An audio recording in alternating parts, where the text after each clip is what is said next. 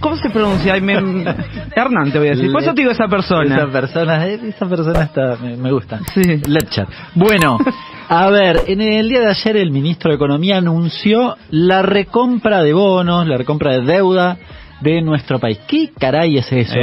¿Y por qué tanto revuelo? ¿Y que vamos? ¿Y que muy venimos? ¿Y está bien? ¿Está mal? ¿Qué significa? ¿Qué afecta a mi vida cotidiana? A ver, primero, explicación de qué se trata. La Argentina emitió deuda, saben, ha emitido mucha deuda a lo largo de distintos momentos de la historia, pero básicamente de la deuda que emitió, en algún momento la emitió, supongamos que emitió $100.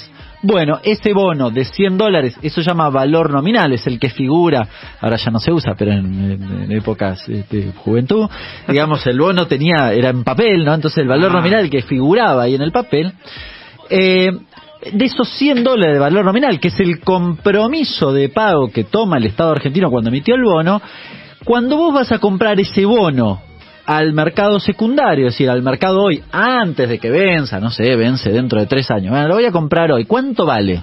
No vale 100, vale 25, por ejemplo. Y no lo digo al azar, vale más o menos entre 25 y 30, ahora un poco más por la medida de ayer. Pero, ¿qué significa esto? Bueno, lo que dijo el ministro es, bueno, vale 25, miren, agarramos $100 y vamos y compramos la deuda, en lugar de pagar $100 cuando venza, yo con 25, ni siquiera agarro 100, agarro 25 y cancelo esa deuda. Dicho de otro modo, es un proceso de desendeudamiento barato, si se quiere. ¿Bien? Claro, si uno agarrase ¿por qué? La pregunta sería, ¿por qué no hacemos eso muchas veces y listo? Bueno, porque primero no tenemos dólares, segundo, porque cuando lo hiciéramos la primera vez automáticamente aumentaría el valor de los bonos, que es lo que pasó ayer. Entonces, cuento esto porque, de hecho, la medida principal no es el desendeudamiento, porque de hecho es un volumen relativamente poco significativo, 1.000 millones en relación a la deuda de la Argentina, sino que el objetivo es mostrarle al mercado que yo puedo hacer eso. ¿Sí? Que si los bonos bajan mucho, yo tengo la decisión de intervenir.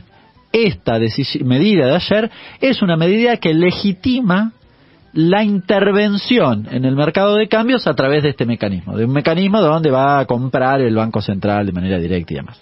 Bueno, acá se abren varias discusiones. La primera, bueno, ¿y eso qué significa? Y lo que pasó un poco ayer, subieron los bonos, bajó el riesgo país, bajaron, o se contuvieron, sí, bajaron el contado con liqui, el MEP. Bueno, se ordenó un poquitito el frente cambiario, bajó la brecha. En la vida cotidiana, en general, hay una especie de referencia implícita, no escrita, que dice que cuando la brecha es la diferencia que hay entre el valor del contado con liqui y el valor del dólar oficial, cuando supera el 100%, medio que hay cierto consenso que empieza a presionar con la expectativa de devaluación y por lo tanto todos los efectos de las expectativas de devaluación que terminan en precio. Claro. No, bueno, acá mucho termina en precio, pero eso también. Con lo cual, en general, administrar la brecha, bueno, algo de eso se hizo en el día de ayer. La discusión a estas horas tiene que ver con dos cuestiones, porque eso pasó y la verdad que hoy, cuando uno ve el resultado, efectivamente bajó el contado con liqui, bajó el MEP, bajó el riesgo país, subió un poquitito hoy, pero en general tuvo buen efecto. Ahora derivó en dos discusiones. Una parte que dice, bueno, pero esto de efecto va a ser muy de corto plazo, entonces, ¿para qué lo hiciste? En realidad no tiene mucho sentido y demás, porque mañana empieza a subir y volvemos a foja cero y bla, bla, bla. ¿Esto efectivamente es así? Yo tengo serias dudas. Yo tengo la tendencia a pensar que va a tener un efecto contagio sobre el mercado en general y que puede apaciguar un poco las aguas. ¿Esto significa que no vas a tener tensiones cambiarias? No, la vas a tener y sobre todo este año. Ahora, la verdad es que probablemente apacigüe un poco y quizás ni siquiera tengas que poner los 1.000 millones. Porque como es una cosa cuasi simbólica, es decir, yo digo que puedo llegar a hacer esto y eso genera el efecto del aumento del precio de los bonos y por lo tanto la reducción de la brecha, bueno, quizás muestro que puedo hacerlo y no mucho más. Bien, o que lo hago un poquitito y no mucho más y no necesariamente tengo que gastarme los 1.000 millones. Esta segunda cuestión que estoy diciendo tiene que ver, o este último tema tiene que ver con la segunda cuestión, que es el otro tema que se debate es ¿para qué pusiste dólares ahí? Tenés pocos dólares, ¿por qué los pones ahí? ¿Tiene sentido?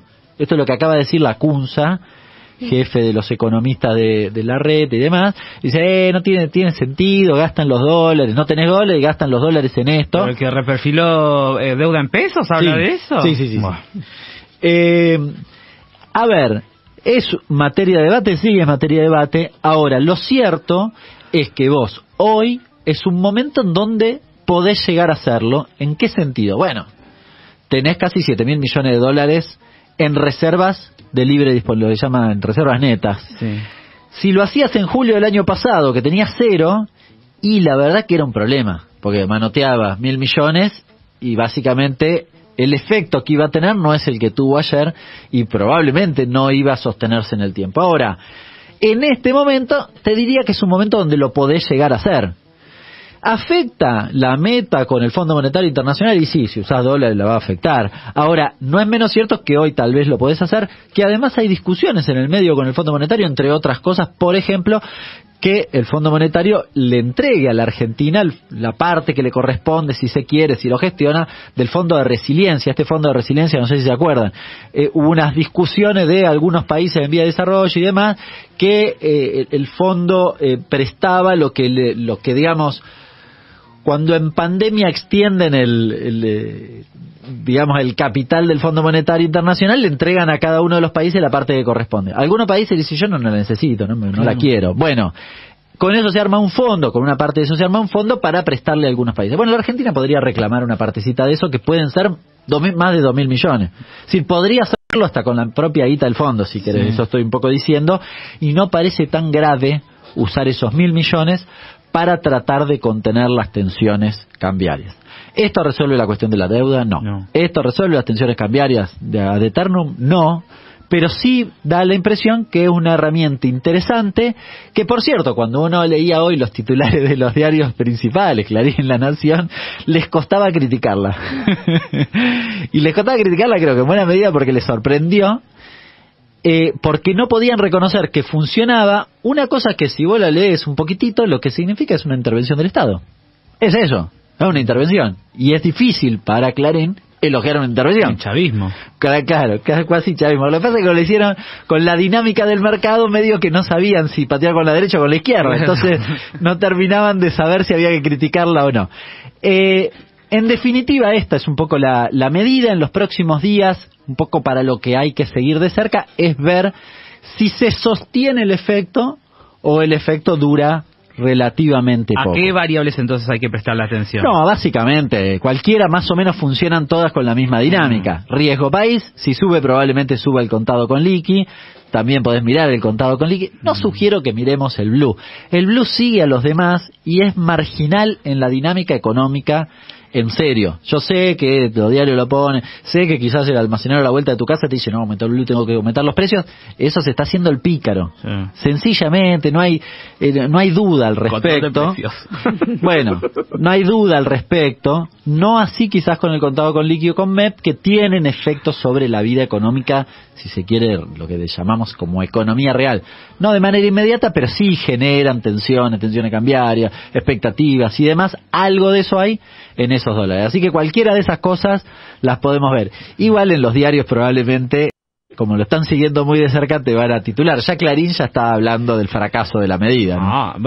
Pratt Guy tuiteó que sembró un manto de sospecha diciendo no vaya a ser que haya funcionarios que compraron títulos. Dice que hay una especulación. Sería importante que se fijen sobre todo con el dólar futuro, ¿se acuerdan? Sí.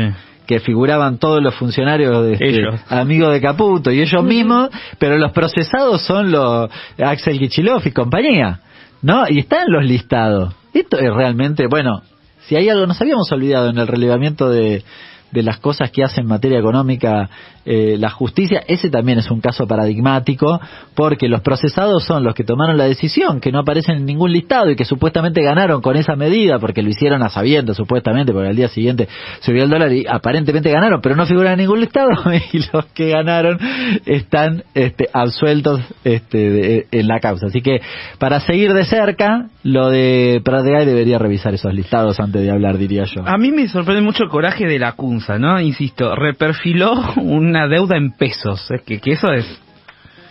Hay que hacerlo, hay que colgarse esa cocarda, ¿no? Sé que soy muy malo. Es difícil Y mira, no es menor lo que estás planteando, quizás es medio técnico, pero aquello mis quizás... Mis conocimientos son amplios. Pero es razonable entenderlo.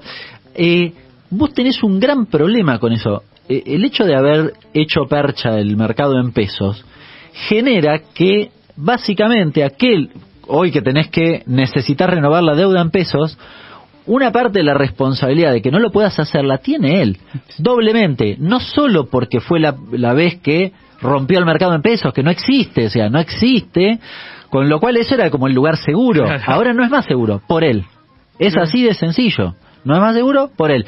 Y, como si esto fuera poco, el año pasado, cuando arranca la corrida cambiaria, muchas versiones indican que fue él el que dijo, cuando nosotros ganemos no vamos a pagar. Entre él y Pratgay, no sé, alguno de los dos. Están ahí, no se sabe. Pero que efectivamente profundizaron en ese sentido, es decir, no solo lo hicieron una vez, sino que después dijeron, el Vasco vamos a volver a hacer. El Vasco de Mendiguren siempre cuenta, estaba muy enojado porque decía que había economistas de Juntos por el Cambio que le estaban asegurando a los empresarios de que iba a haber nuevamente un reperfilamiento de deuda en pesos, que se iba a defoltear esa deuda en pesos y que habían generado una especie de corrida cambiaria. Y pero si a vos te dicen no te voy a pagar, ¿qué haces? Y me dolarizo, me lo saco de encima. Sí. Y eso se llama corrida acá y en la China.